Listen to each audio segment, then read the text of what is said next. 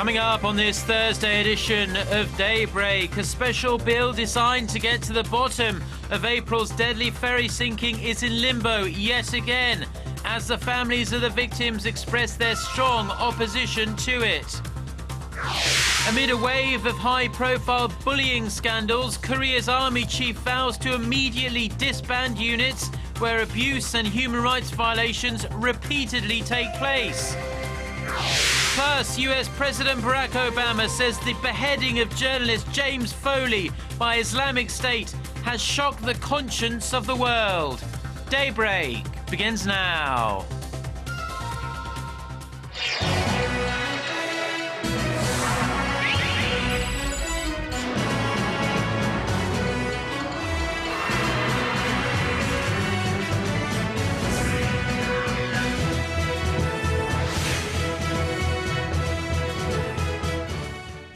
Hello and thanks for joining us. To our viewers around the world, it's 6 a.m. on Thursday, August 21st. Here in Seoul, I'm Mark Broom and you're tuned in to Daybreak.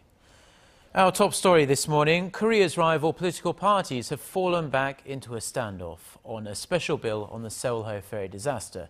The parties had reached a deal earlier this week, but the main opposition party has since withheld its endorsement of the agreement after the families of the victims said they opposed it.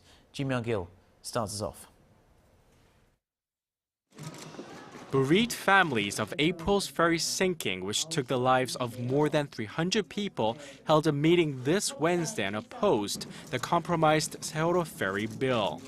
Rival party floor leaders had ironed out a deal on Tuesday that would make the Saenuri Party receive approval from the main opposition party and the victims' families before nominating 2 committee members, ending weeks of partisan bickering over the special bill. But families of the victims killed in the ferry sinking demanded an overhaul of Tuesday's agreement, saying the renegotiated version of the bill would not guarantee a sufficiently thorough probe into the disaster, as it lacks investigative and prosecutorial powers.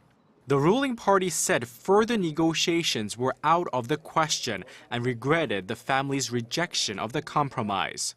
Meanwhile, the opposition party had tried to persuade the families to support the bill, but failed to do so. The current political deadlock is preventing the passage of thousands of other bills as opposition lawmakers refuse to hold a plenary session unless the Sewol-ho ferry bill is passed first. Some key pending legislation includes amendments to existing safety regulations and a series of economic bills. Both parties are hoping to agree on creating some kind of consensus with the families within this month. The National Assembly's next extraordinary session begins this Friday.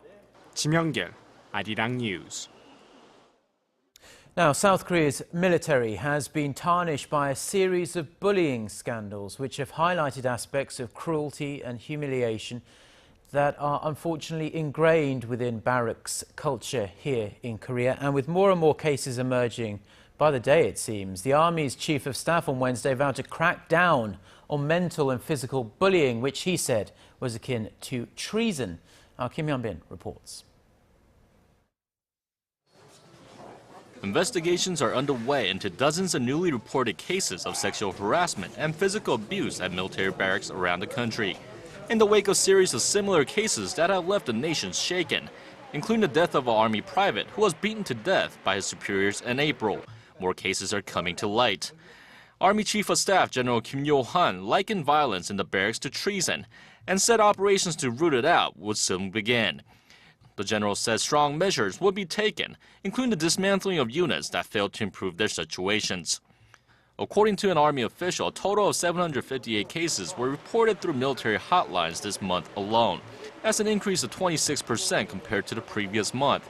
3 cases in the eastern border town of Hwacheon are among those under investigation. Suspects there allegedly sexually molested 7 of their subordinates numerous times during April and May.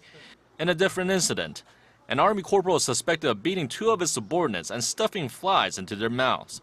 Most of the suspects defended their actions, saying they did it for fun or as an expression of friendliness.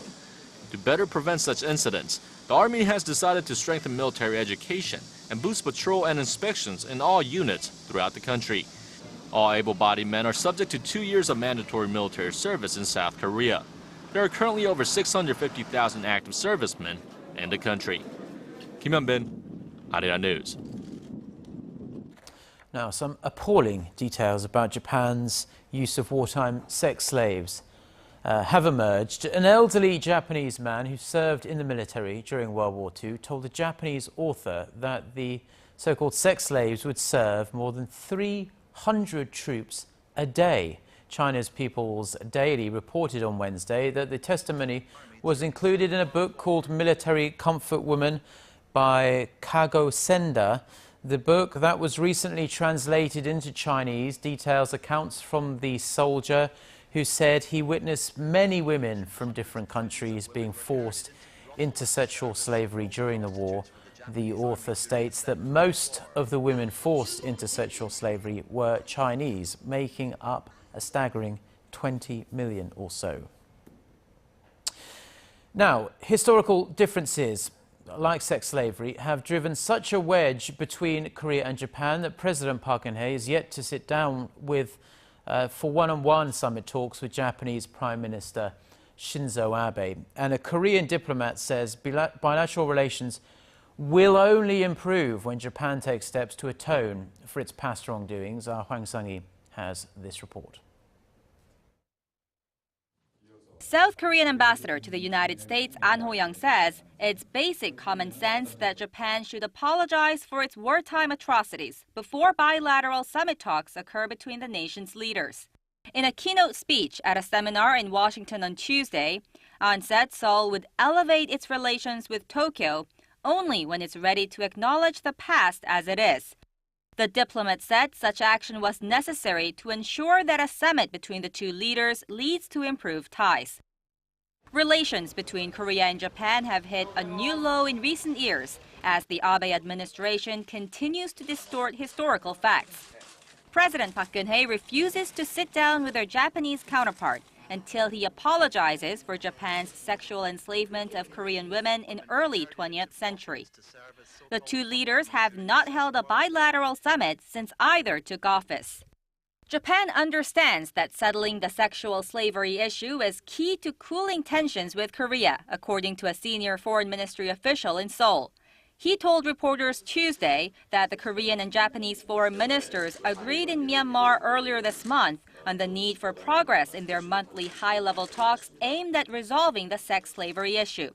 As for the past 3 rounds of talks that were held, the senior diplomat made clear that it's too early to talk about whether any progress is being made. Hwang Sang-hee, Arirang News.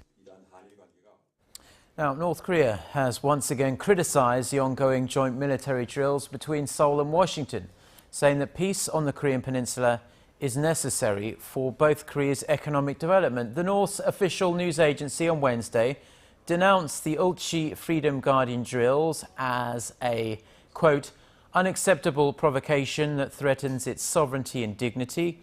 It added Pyongyang's most recent missile test firings were conducted out of self-defense against what it believes are threats from the US and South Korea. Now, a former high-level US official has warned North Korea against raising the provocation stakes too much, saying a war would mean the end of North Korea.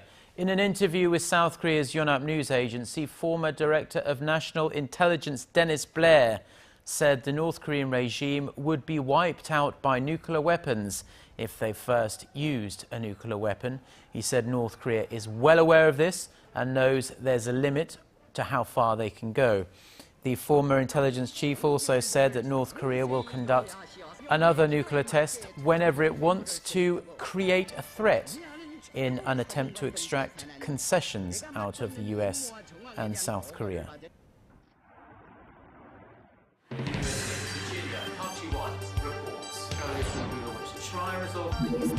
We start before the sun rises to bring you the latest stories out of Korea.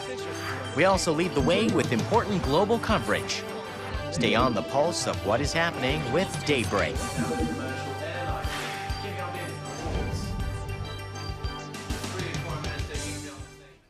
Now, in some economic news, a new survey suggests the team President Park has tasked with shoring up the economy is right to worry about the potential for a long-term slump here in Korea.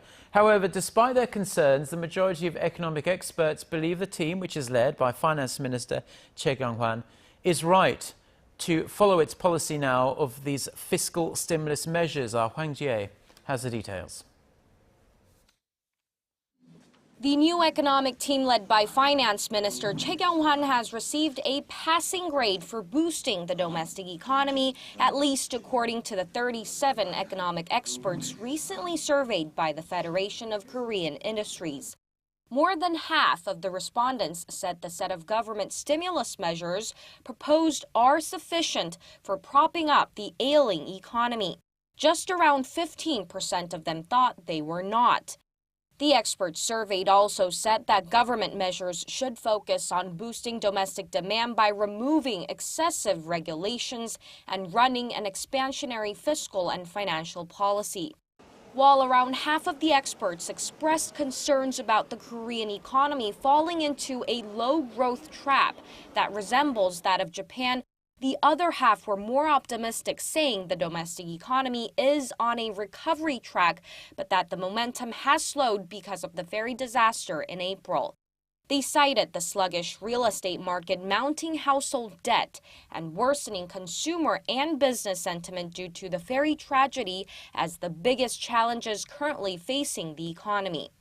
As for the long-term problems, the experts pointed to the absence of new growth engines, slumping private consumption and investment, the low birth rate, and Korea's aging population. The majority of the experts expect that domestic demand will return to the level seen just before the April ferry disaster if the government measures are implemented as planned. Hwang Ji-hye, Arirang News. Now, Korea's Samsung Electronics is expanding its business portfolio. It has completely bought out QuietSide, which is a US-based retailer for home appliances. It declined to give out further details, including the price, but some reports are saying the deal is worth about $24 million. Samsung says this deal will help it expand its distribution channels in North America and create synergy in its new growth engines like smart home. Samsung last week purchased another US-based firm, a platform developer this time called Smart Things, which develops applications that monitor, control and automate devices at home. Now, French film director Luc Besson, who is most well known for his visually rich films like The Fifth Element, well, he's back in the spotlight now with his latest feature, which is called Lucy, and it stars Scarlett Johansson and Korean actor Choi Min-sik. And Besson was in Seoul on Wednesday to promote this film, and our Shin Se-min was there. Manipulating time and controlling people. According to Luc Besson's latest film, Lucy, if humans were able to use 100% of their cerebral cognitive powers, they'd all have such super abilities. The movie stars Scarlett Johansson as a character who accidentally gains superpowers from a brain-enhancing drug and lays revenge on the dealer who sets her up, played by Korea's own Choi Min-sik. Besson's twisted plot was inspired by the old myth that human beings use only 10% of their brain power, an idea that's impacted the director. As an adventurer, I always challenge and experience all things myself, and I have personally become more picky as an audience member over the age of 50. I've been working to make a solid film that contains both action and a thrilling psychological element, and Lucy is it. Besson is known worldwide, but this film marks the first Hollywood debut for Choi Min-sik, and many media outlets have applauded his performance, even saying that he saves the film. While promoting the movie, Choi said it was an honor to work with such a renowned director like Besson, adding that he learned a lot from the experience. Already garnering box office earnings of over $130 million worldwide, this psychological action thriller is expected to hit the Korean theaters on September 4th. Shin Se-min, Arirang News. And now to another film that's done really rather well in the Korean movie market. It is Korean period drama Roaring Currents, which just last weekend, in fact, became the all-time most successful film ever at the Korean box office. Well, this film has made an impressive splash in American theaters as well. According to CJ Entertainment, the film earned over $560,000 in just 3 days after its premiere in North America last Friday, which is a record for CJ Entertainment. Kim Han-min's film, which depicts Admiral Lee Sun-shin's famous naval victory against the Japanese in the 16th century, is currently being screened in 30 cinemas in major cities across the US, including New York City and Seattle.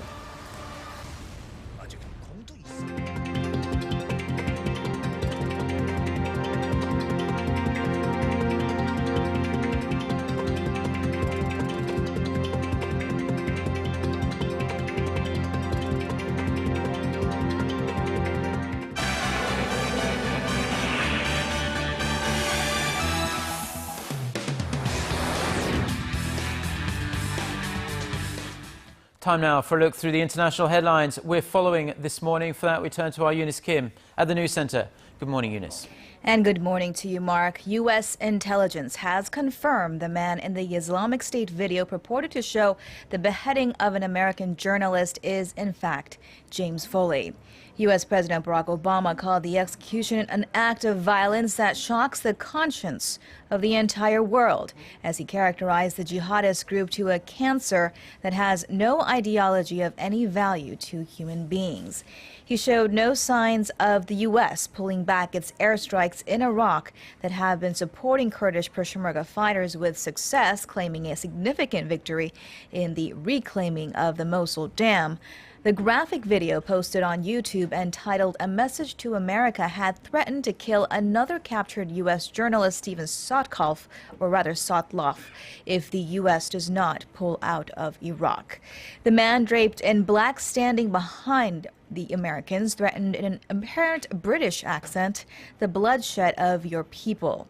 Freelance journalist the late James Foley had spent many years covering the world's conflict zones. He went missing in Syria back in 2012. Israeli leader Benjamin Netanyahu has promised to continue his campaign against Gaza militants, quote, "with all means and as is needed." The Israeli-Palestinian conflict resumed early Wednesday as both sides blamed each other for the collapse in peace talks in Egypt. In a televised address, Netanyahu called Hamas a branch of the same tree to the Islamic State in Iraq and Syria, vowing to secure full security and quiet for Israelis. The Israeli military says it has carried out 92 airstrikes in response to 137 rockets shot into its airspace. Among their targets was the home of Hamas military commander Mohammed Deif, who survived, according to Hamas officials, while his wife and infant son were killed Tuesday. U.S. Attorney General Eric Holder has arrived in Ferguson, Missouri to lead the federal civil rights investigation being conducted by FBI agents on the ground. Ahead of his trip, Holder promised a full, fair, and independent probe into the shooting death of an unarmed 18-year-old black man by a white police officer. Reports also suggest that the Attorney General is mulling over opening a broader investigation into policing in Ferguson amid several claims of police misconduct. Police arrested 47 people on Tuesday night local time, though violence had appeared to taper off. Community leaders are appealing for calm and healing. At least 39 people are feared dead and still others missing after torrential rains battered western Japan Wednesday. Aerial shots of the residential area just outside of Hiroshima City showed scores of homes buried by sludge, their frames overtaken by the weight of the mud. Japan's weather agency said a month's worth of rain had fallen in the 24 hours leading up to Wednesday morning. According to local reports, the youngest victim was a 2-year-old boy. Weather officials warned more rain could trigger further landslides.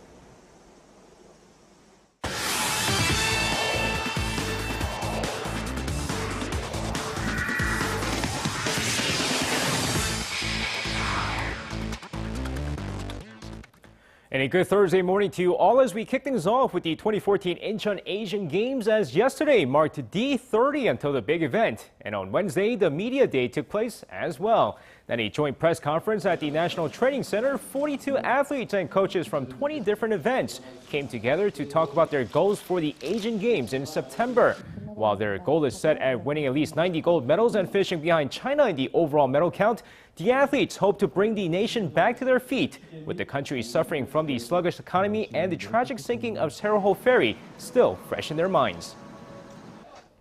And now moving over to football this time, where it's no wonder Bayer Leverkusen didn't want to send Son Heung-min over to the Incheon Asian Games. Well, that's because the regular season hasn't even kicked off in Germany's Bundesliga, and already he's scored 2 goals. With Bayer Leverkusen taking on FC Copenhagen in the UEFA Champions League playoffs, Son Heung-min scores his 2nd goal of the season and his 1st Champions League goal this season in the 42nd minute of the match, helping Bayern take the match 3-2. Now the German side just needs a draw in order to advance to the Champions League group stages. And speaking of the Champions League, let's now move over to the AFC Champions League, this time as 2 K-League Classic teams faced off on Wednesday during the first leg of the round of 8 matchup. Now with FC Seoul taking on the Pohang Steelers at the Pohang Steelyards, Pohang playing aggressive football from the start, only to be stopped by Seoul's defense. But in the 16th minute, Kim Seung-dae finds the back of the net, but no goal, says the ref, due to a foul. Now both sides going to the second half scoreless as both FC Seoul and Pohang get several chances at scoring, but donuts across the board as the first leg ends in a 0-0 draw. And now finishing things off with some Wednesday night KBO action, we had a couple of games rain out as the Samsung Lions and the Kia Tigers were rained out, as well as the Lotte Giants and the Hanwha Eagles. But the Nexon Heroes beat the LG Twins 5-2 in Mokdong. Meanwhile, let's take a look at the Doosan Bears take on the struggling SK Wyverns. Of course, going into the game here, second inning, Yang Yi-ji with an RBI single to center gives the Doosan Bears the early 1-0 lead. But the bottom of the inning, Park Jung-kwon at bat, and this one to opposite field, gone, and we're tied 1-1. Third inning, bases loaded for Lee Won-suk, walks on 4 pitches, and it's now 2-1. Next batter, Kim Jae-ho at bat, and he walks as well, giving the Doosan Bears the 3-1 lead. Sixth inning, here come the SK Wyverns. Chejong with an RBI single to center, cuts the deficit to 3-2 before Kim Gang-min ties it up with an RBI double. Seventh inning, SK continues to swing away, including a 2-run double by Chejong, as the SK Wyverns rally to win this game 6-3. And that's going to wrap it up for me. This has been SJ. Have a great rest of the day, and see you guys again for your sports needs.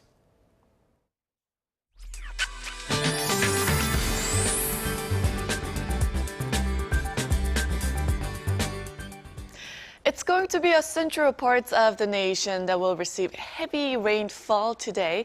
Rain clouds have moved to the upper areas overnight, and about 30 to 80 millimeters are expected for the upper provinces, including here in the capital, whereas down south we'll see 10 to 50, and Jeju Island will see 5 to 30 millimeters during the day.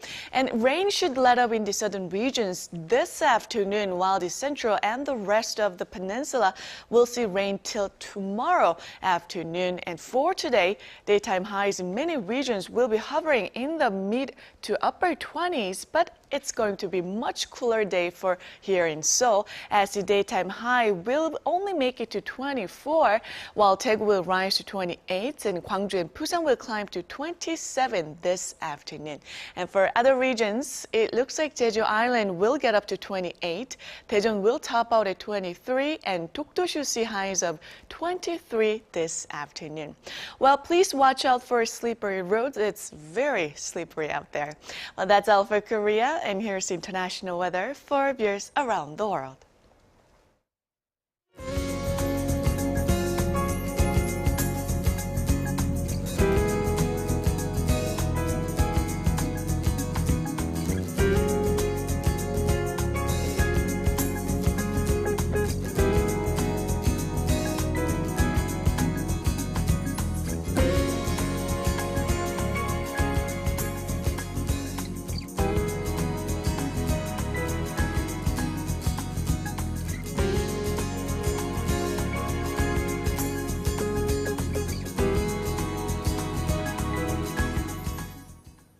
Well, those are the stories we have for you at this hour. Thanks ever so much for watching the programme. We'll be back throughout the day with many more news updates, and I'll be back at 10 a.m. Korea time. Until then, goodbye.